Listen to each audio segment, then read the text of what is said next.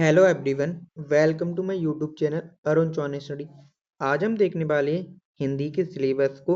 इस क्या क्या सिलेबस है, उसके क्या क्या टॉपिक्स है, कहाँ से किस टॉपिक से ज़्यादा क्वेश्चन आते हैं, कहाँ से किस प्रकार से पैटर्न होता है, उन सभी के बारे में देखने वाले हैं। हम यहाँ पे सीयूटी और एनसीईटी की सिलेबस की बात करने वाले हैं, जो कि दोनों एग्जाम का सिलेबस है, जो कि सेम दिया है। किसने दिया है? एनटीए ने, जो कि सेम दिया है। तो हम चलिए उसी के सिलेबस की बात करते हैं। चलिए आइए वीडियो को शुरू करते हैं बिना कोई देरी किए हुए।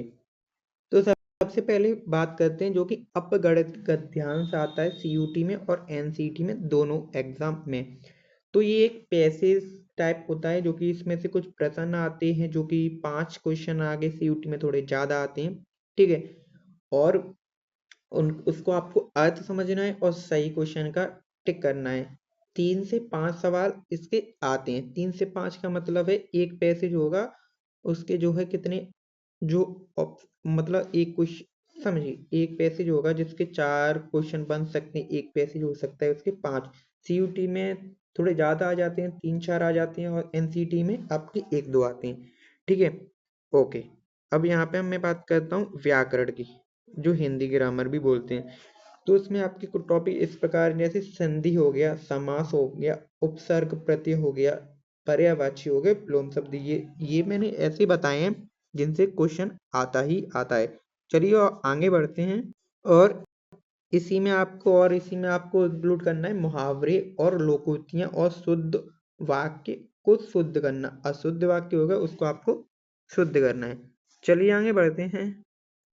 ओके, चलिए कुछ स्कोरिंग पार्ट की यहाँ पे बात करते हैं। कुछ स्कोरिंग पार्ट की बात करते हैं। तो स्कोरिंग पार्ट जैसे कि आपका शब्द शब्द शक्ति, यानी कि ये 3 से मिलके बना हुआ है। जैसे इसमें शब्द युग्म, सही शब्द का चयन करें, समार्थी शब्द, और यहाँ पे साहित्य की रचना की जानकारी आपको होनी चाहिए, बहुत ही महत्वपूर्ण है।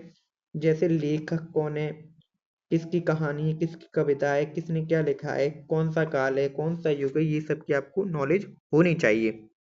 अब जैसे एनसीईटी में ज्यादा कविता, लेखक, पंक्तियों के बारे में पूछता है साहित्य में। ठीक है, ये आपको याद रखना है, सिलेबस का पार्ट है। अब देखिए आपको तैयारी कैसे करनी है, मैं बताता हूँ।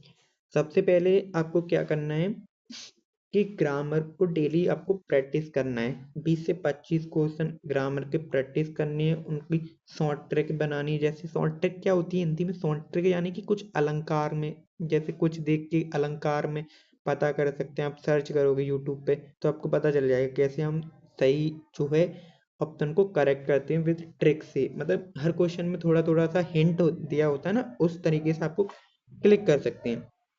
ठीक है। और प्रीवियस ईयर क्वेश्चन सीयूटी एनसीयूटी के पैटर्न को आपको समझना है, जो कि बेस्ट सोर्स है। और वीकेंड पे मॉक टेस्ट देना है, जिससे आपका टाइम मैनेजमेंट, स्पीड और एक्यूरेसी हो, एग्जाम का फियर खत्म हो जाए। और आपके लिए कुछ फाइनल टिप्स है, जैसे कि मैं बता दूं, हिंदी को आपको हल्के में नहीं लेना है, ये बहुत ही स्कोरिंग सब्जेक्ट है।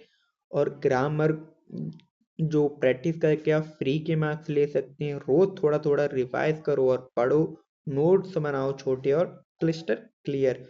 ठीक है। वीडियो को लाइक करें, शेयर करें, कमेंट करें। मोस्ट इम्पोर्टेंट हिंदी के एमसीक्यूज की वीडियो हम लेके आएंगे। Till then, thank you.